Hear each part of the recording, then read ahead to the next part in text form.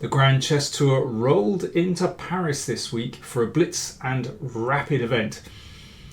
The rapid tournament has just finished, and that was won by Maxime Vacher-Lagrave, the homeboy won. And, well, there's some great chess. I'm not going to show you a game by Maxime. In fact, there was one game which I thought was just outstanding in terms of just how mental it was. So be prepared. Here we go. Remember, if you're not subscribed to the channel, then do click on the button below. And if you want to support us, then do check out the links to PayPal or patreon.com. Okay, here we go. This game is between Jan Krzysztof Duda from Poland, 21 years old. Well, a very exciting prospect. And he's playing against Alexander Grischuk, who has pretty good form in these speed events and, well, in any chess event you care to name. So it's a Reti.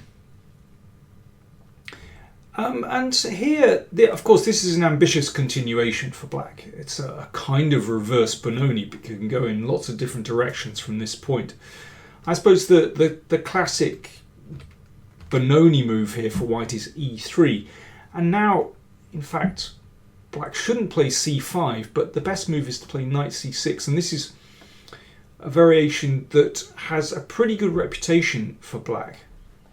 But instead of e3, Duda played b4, and this sets off incredible complications. So you can see that this is basically aimed at surrounding this pawn. So one thing is that c5 is discouraged, and also knight c6 as well, because that'll be pushed. So white is sort of surrounding this pawn, undermining it, and is ready to hit with perhaps bishop b2, maybe e3. So black has to react. Now, if black wants a fairly, well, reasonably solid move, you can play g6 and bishop g7. But Grischuk goes for the absolute sharpest move in the position, which is f6. So looking to support that pawn with e5. But there are big drawbacks when you play f6. It weakens this diagonal, it also weakens this diagonal. But it's ambitious because you're still trying to claim the center. So one idea is that if this pawn is taken, then e4 is strong, and of course if the knight moves, then queen takes here. So this is where things just start to get incredibly wild. Of course, the other thing about e5 is that it opens up the bishop's diagonal. So now it's possible to take this pawn. So here white plays c5, and this is just a mad position. c5 in many ways very logical, or positionally logical, because it blunts this bishop, makes black's development much more difficult, also opens this diagonal. So it's kind of understandable that black now plays a5 to undermine this little pawn chain. And here white has an incredible choice of moves, actually. For example, bishop c4, just hitting this diagonal, making sure that, well, at least for a few moves, black is not going to be able to castle. You know, this is very respectable. Just give a pawn. Give that pawn and just play d4. Wild position. It's even possible to take on e5 and attack black's king from the other side. Now, white won't get more than a draw here, but I think it just shows the possibilities open to white in this position. And in fact, in the game, Duda played queen a4 check, so attacking the king from the other side. And this is also a bit mad. Now, I suppose the natural move here is to block that check with the bishop. But then white plays like this, gives up the c-pawn, and then plays bishop c4. You can see that having tempted the bishop to d7, it makes life very difficult for that knight. Very difficult to bring that out. The bishop comes to this great diagonal and white is ready to castle. White has great compensation for a pawn. So after this check, Grischuk played queen d7. And now bishop b5. So forcing that pawn forward. So it means it's going to be difficult for black to bring that knight into the game in a kind of sensible way. Well, it goes out to a6. I don't know how... Is this sensible? I'm not sure. Anyway, it brings the knight out. And Duda took on d4. Now, if black were to recapture, then this is tremendous for white. You can see that the king is really going to suffer in the middle of the board. Having played f6, you know, that knight, well, simply can't get to its best square, and you know, this diagonal is open, the e-file is open. Already, you know, white can think of a quick kill. So after taking here, Grischuk played e4. Now, if the knight retreats, then the queen takes here. So b5. So it's starting to get mad here. So if pawn takes knight, then you can take here. Now, this is a crazy variation. This is possible for Grischuk, actually. To take like this, and then play b5. There are some just insane ideas here. And then take here.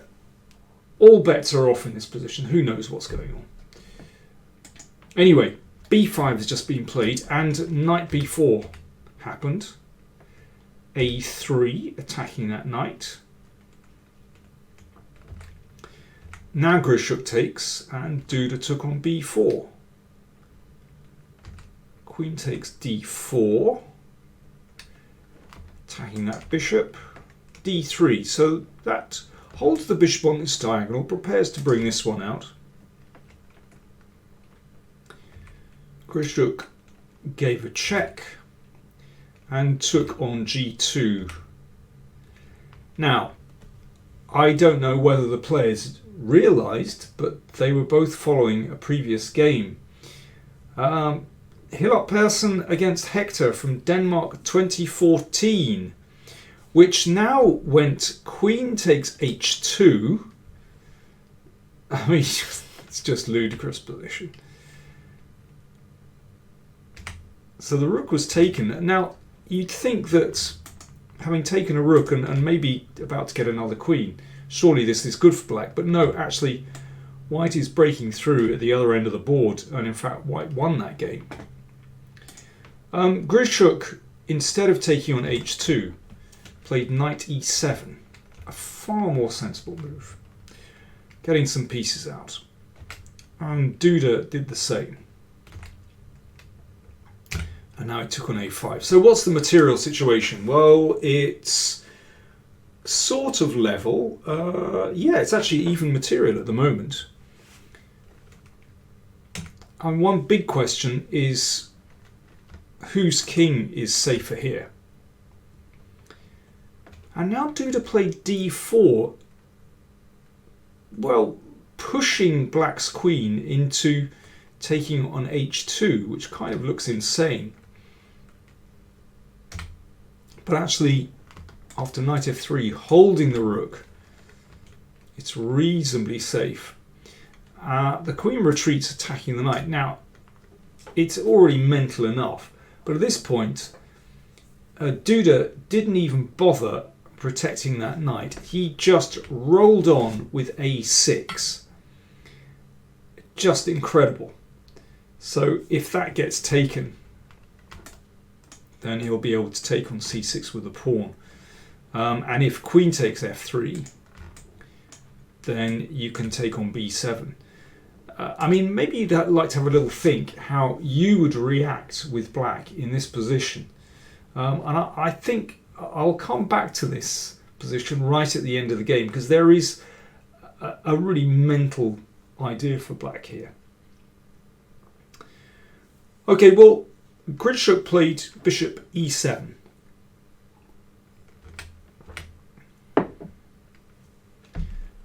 And now Duda took on b7,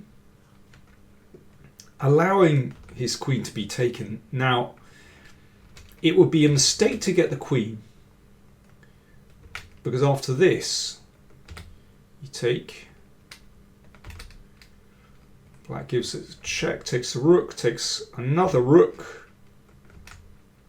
And now here, bishop, well, first of all, we'll take this, and now bishop f8. This is a very strong move, just shutting in white's queen, and black should be winning that position. So it's a mistake to get a queen, so instead Duda just recaptured here. So he's given up his queen for the rook, but that pawn is threatening its queen, so castles here. And now rook a8, so simple idea, you want to take here and get a queen. And now Grischuk probably should have taken here, or he definitely should have taken here actually. And here's the idea. Take the knight, white takes, and white gets queen, and this is still too close to call. Just a mental position. But after rook a8, Grischuk played rook e8, trying to hold on to everything. So if rook takes, then you can play queen takes and stop the b pawn. But in fact, the pressure is too much on black here. Let's just see what happened. Rook takes, queen takes, so stopping the pawn queening. Bishop takes, knight. Now, if pawn takes, then bishop f4, and you get a queen. Nothing to stop that. A cheeky move from Grischuk. So if white gets queen, then bishop a5 check, and queen takes queen. But no, let's go back. So bishop d8 just played. Instead, bishop f4, guarding the b8 square, and now after check, the king came back to d1, and Grischuk had to resign. On the next turn, white gets a queen. There's nothing that black can do to stop that, and then he's basically just a queen ahead. Let's have a quick look. Yeah, sorry, he's basically just a rook ahead. And that's too much. Well, in combination with all these pawns as well. Extraordinary game. So that was the final position after king d1. Now let me just go back to that moment I mentioned earlier. So here is where Grischuk played bishop e7, which probably wasn't fatal, but there is a brilliant move here for black, and that is bishop d6. This is just extraordinary. The idea is simply to gain a move. So first of all, if pawn takes bishop, then you take here. Now, the best move is actually queen d1 in this position. It's probably still okay for white. But the idea is after this, you can take, and then king f7. Black has gained a move here, basically, and is able to stop this threat. I mean, it's still incredibly messy, but probably good for black. So bishop d6, what are the alternatives? You can take on b7, but this is different because the bishop drops back to defend. So basically here, white has to waste a move in taking that bishop, and that gives black time to connect the rooks and put up some kind of defense. As I said, in fact, white is still okay in this position after this, and now queen d1. But how you'd divine that during a game, or even a classical game, I mean, this is just ridiculous, let alone a rapid play game. Anyway, really entertaining stuff. Hope you enjoyed it. Thanks for watching.